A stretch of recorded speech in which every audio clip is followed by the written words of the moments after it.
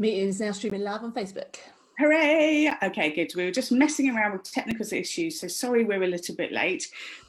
So we're getting there in the end.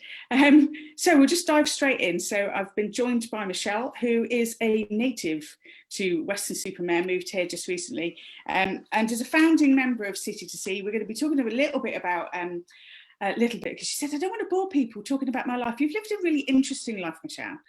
So tell us a little bit about your life and what kind of drew you to this work up to this point. Okay, thank you, Becky.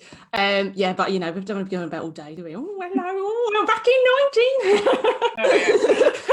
19. So yeah, I first came to learn about plastic pollution in 2008. So I've been living PAL, I call it, plastic a lot less, since 2008. So a long time ago nowadays, long before anyone was really even talking about it. And that was because I lived on the west coast of Portugal and was, as a surfer, I saw the plastic firsthand. And I had a bit of a life-changing day, and I went from being a normal recycler to PAL overnight, and you know, was quite militant about it at first. But then I changed. I realised that that wasn't the way forward, and so then I ended up making lots of local changes with local cafes and restaurants and different people in Portugal. And then I was there for 8 years in total. But then, to cut a long story short, in 2015 I moved to Bristol, urged by a friend I'd first met in Portugal. Actually, on the first day I got to Portugal, I'd met a friend there, and 8 years later she's saying to me, you've got to move to Bristol, got to move to Bristol, because it was Green Capital Year. Yeah. So having already been working in plastic pollution prevention quite a long time, and before anyone was really talking about it mainstream in the UK, I came over.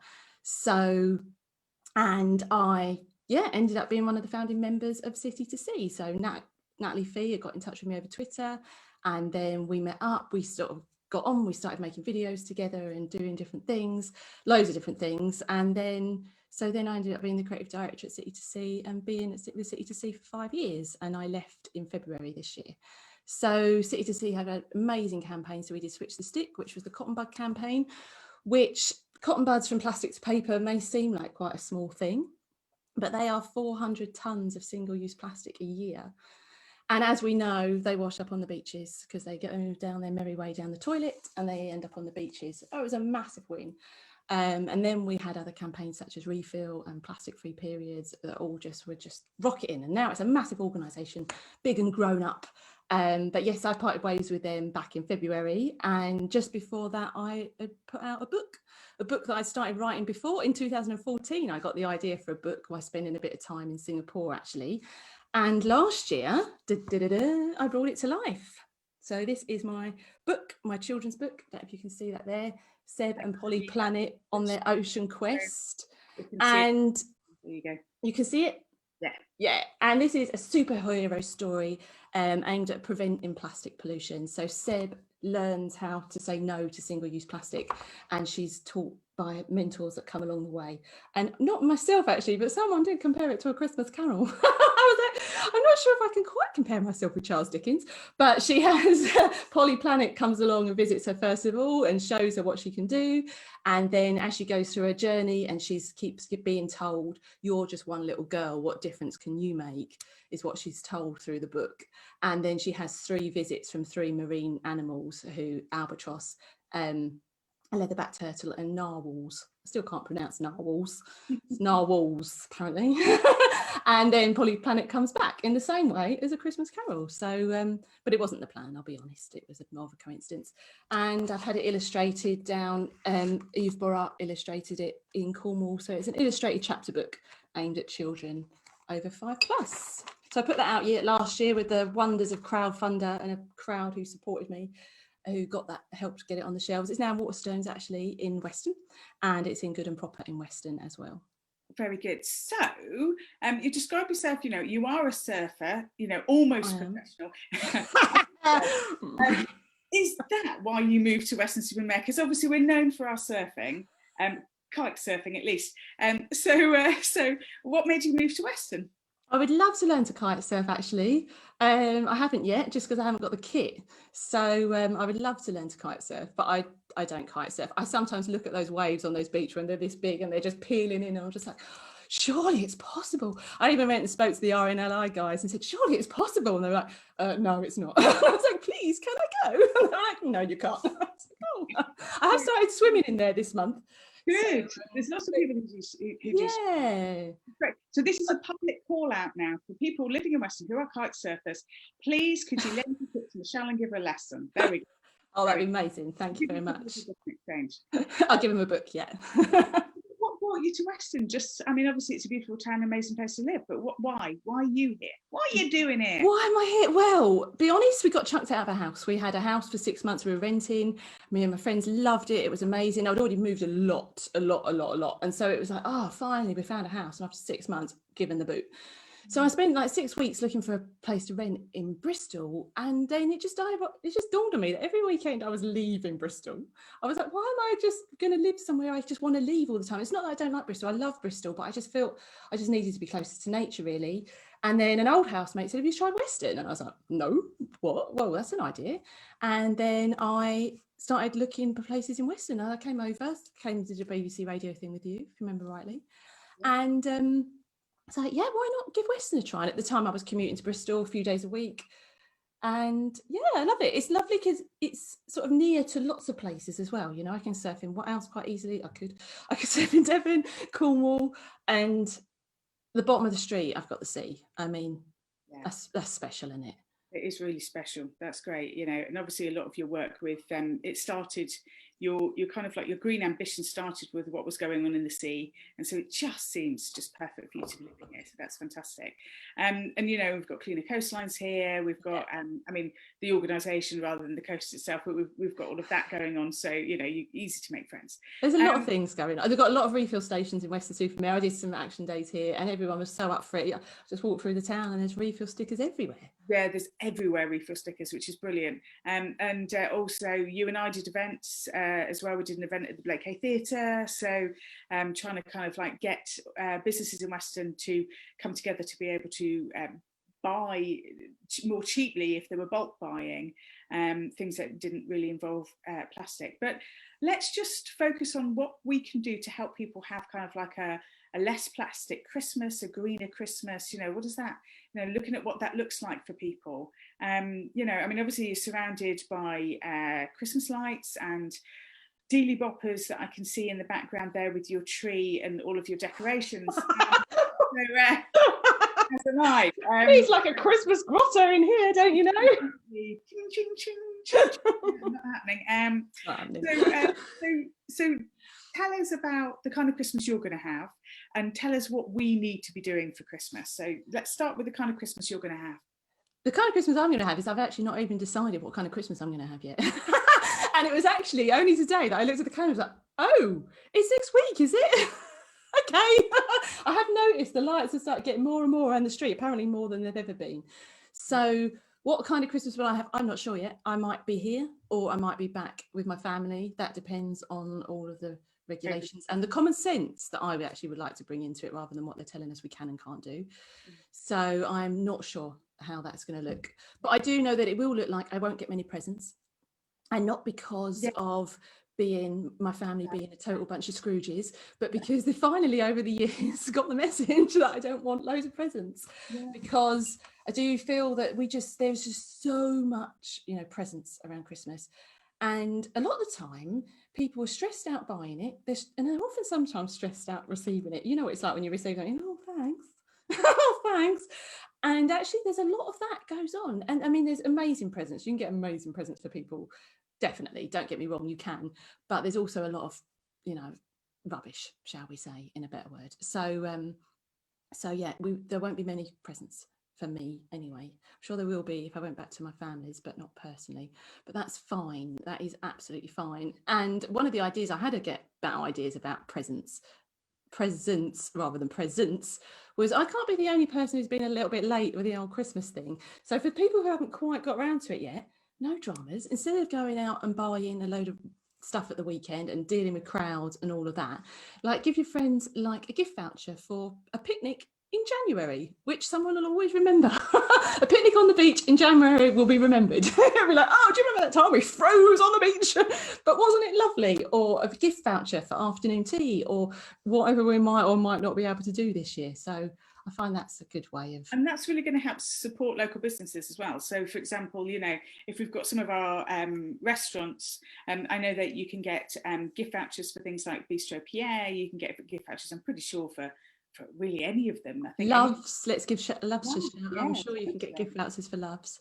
Yeah, so, you know, and then that supports local businesses, especially as we're in tier 3, kind of getting through this to the other side. So you're doing double whammy good. And who does not want to be bought free food? Amazing.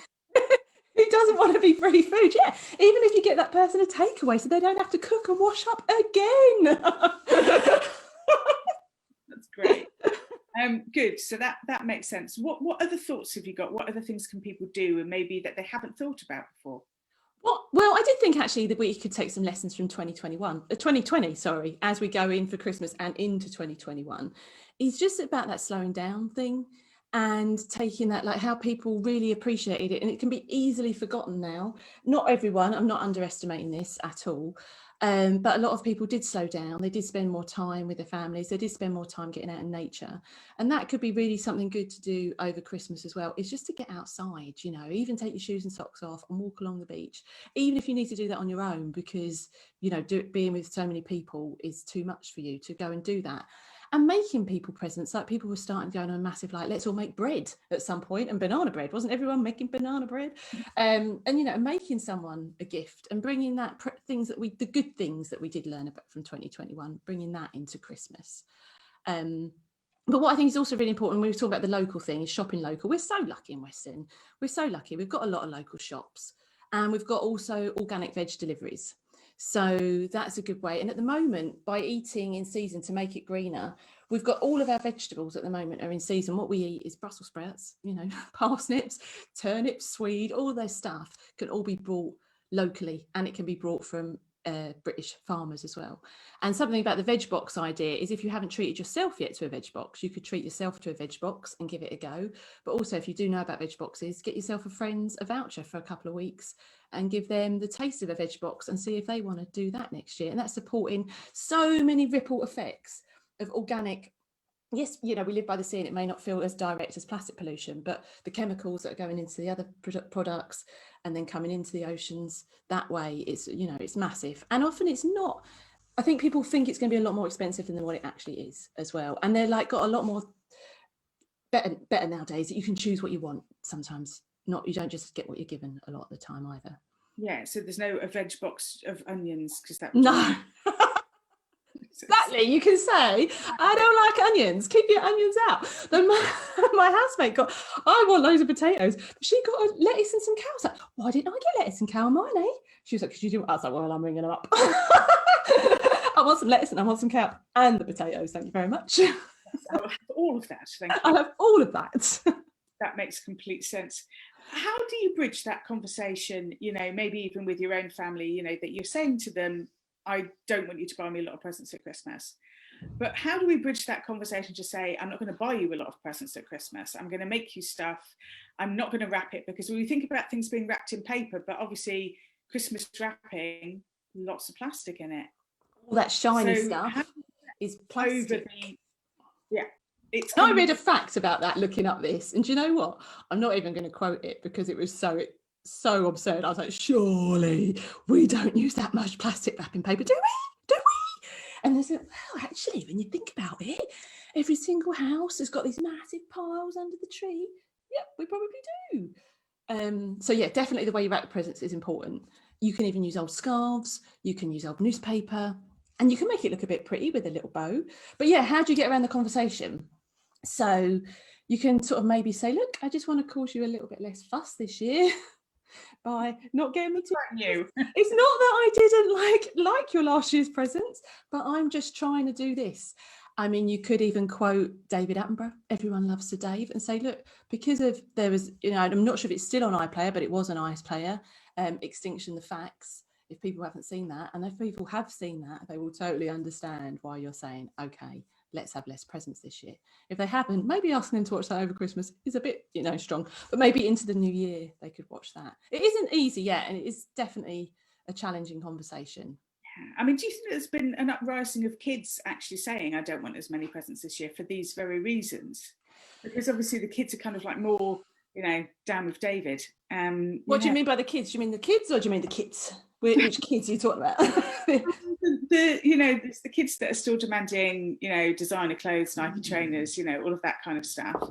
And then, of course, you've got the other element of it, which is kids that are just becoming, you Greta Thunbergs, that are just becoming massively aware. Do you feel that that's shifting and changing how our Christmases will be in the future? Let's hope so. Let's hope so. And if they do drive it, because I don't feel that we should be putting all this responsibility on the kids, because, I don't think that's fair. Like, a lot of people were like, oh, it's the kids, they'll sort it out. No, maybe they won't. Why should they sort it out? Let's also learn from the kids and sort it out now, going in, into the future. So yeah, but if you've got a 15-year-old saying to them, I don't really want much, then you've got the mum and dad going, what the hell? What's going on here? Then that will ripple out. So let's hope so. But then there's always that kind of like, oh, but it's Christmas. Yeah, absolutely. Yeah. But there's a different sort of present as well. It doesn't mean you have to be sitting there like, with one orange, all kind of Scrooge. If you've bought something locally, you've bought something handmade, you've bought something that's going to last, or something that you necessarily really need, that is different to buying a consumer thing that is going to have, a bit of novelty over the Christmas period, and then it's in the back of the cupboard. There's that buying those things that last, and there's buying secondhand as well. Facebook Marketplace is still up and running. That will be going, and you don't need the postage. You can still be doing that. You could be getting secondhand things from eBay. It's still a bit last minute for that. But, going into the future, when you're buying things secondhand, it's kind of great because you kind of get what you want, but you don't feel as bad. Not secondhand shops open. Like I was just in the one that's White Cross Road. I think it's on White Cross Road. That was a really great one. There's lots of them that are still open. And this whole idea about the word stocking fillers. Stocking fillers are traditionally plastic bits of rubbish that are in there to make the other person laugh. Which makes me always think of the kind of like the bridesmaid gifts. You know what I mean? Oh my goodness, the chocolate whatsits. But the stuff that goes into these things are just always, oh, I got you it because it's funny, but actually it's of no practical use. It's funny in this moment in time, but it actually hasn't any sustainable kind of thing. And you'll end up putting it in the secondhand shop anyway. So actually kind of combing those secondhand shops for those sorts of toiletries that are in plastic and all of that stuff, it all ends up going back into the secondhand shop because people don't want it anyway. So if that's all you want is a stocking filler, then that's a really great place to go and kind of find it, usually in January. Yeah, get it in January then. But now the secondhand shops have just been shut for the month or whatever it's been.